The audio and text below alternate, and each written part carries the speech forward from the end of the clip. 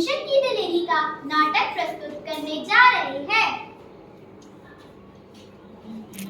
सुबह का समय था।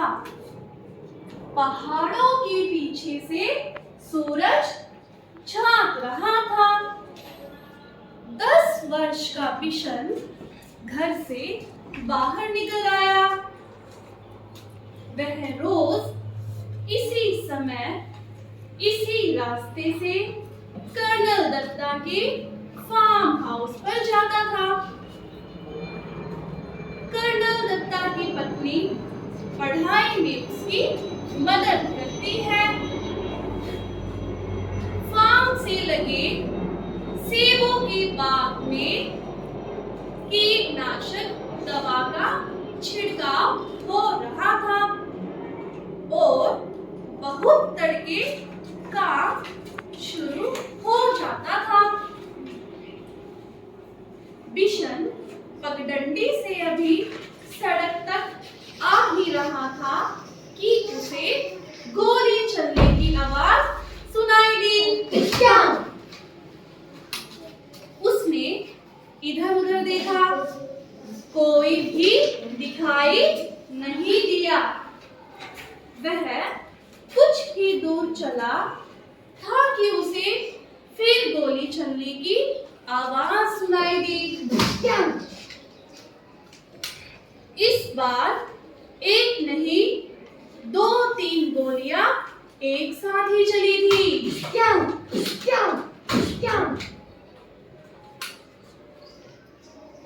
गोलियों की आवाज से पूरी घाटी गूंज गई। पंछी घबरा गए।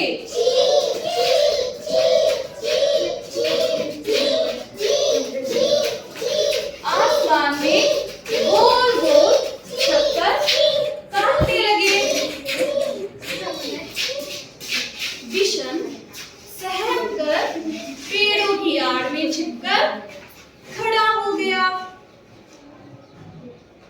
बिशन जहां खड़ा था वही चुपचाप खड़ा रहा। उसे वहां से सीढ़ी नुमा खेत और फलों के बाग साफ दिखाई दे रहे थे। खेतों में काम करते हुए किसान भी दिखाई दे रहे थे। फसल तैयार खड़ी थी। सुबह की हल्की धूप में खेत सुनहरे दिखाई दे रहे थे। बिशन अभी सोच ही रहा था कि गोली किसने और क्यों चलाई होगी। गोली किसने और भला क्यों चलाई होगी? कि तभी एक और गोली की आवाज आई। एकाएक बिशन को गोली चलने का कारण समझ में आ गया। समझ में आ गया। जब फसल पक जाती है तब गेहूं के खेतों में दाना चुगने ढेरों तीतर आ जाते हैं। शिकारी इस बात को जानते हैं, इसलिए वे सुबह सुबह ही तीतर मारने चले आते हैं। शिकारी इस बात को जानते हैं, इसलिए वे सुबह सुबह ही तीतर मारने चले आते हैं। पिछले साल भी शिकारियों ने इसी तरह बहुत से तीतर मारे थे। पिछले साल भी हमने इसी तरह बहुत से तीतर मारे थे। कुछ तीतर तो वे उठा ले गए, बाकी को वहीं छोड़ गए। खेतों को काटते समय किसानों को बहुत से मरे और जख्मी तीतर मिले। बिशन ने सोचा, कितना दुख पहुंचाने वाला काम करते हैं ये शिकारी।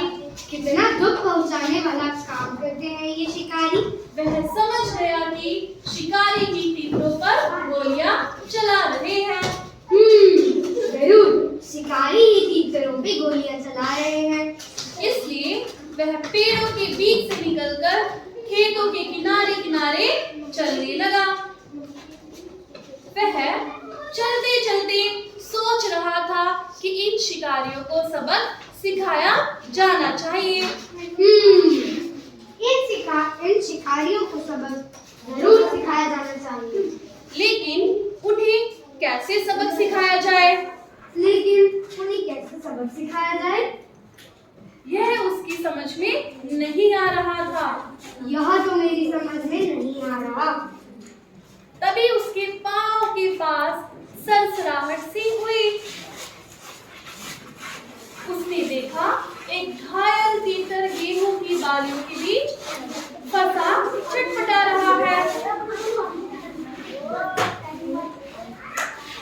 बिशन वहीं घुटनों के बल बैठ गया। उसने घायल तीतर को पकड़ने के लिए हाथ बढ़ाया, लेकिन घबराया हुआ तीतर छिटककर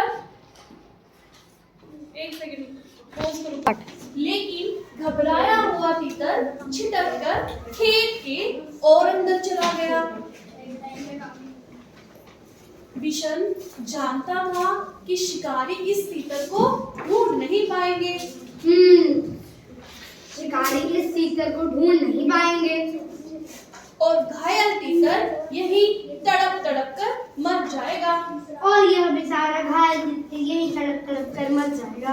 उसने स्वेटर उतारा और मौका देखकर तीतर पर डाल दिया। तीतर स्वेटर में फंस गया तो बिशन ने उसे पकड़ लिया। बिशन ने उसे अपने सीने से चिपका लिया और खेत में से निकलकर पहाड़ी की ओर भागने लगा। वह इतना तेज चल रहा था कि मानो उसके पंख लग गए हो।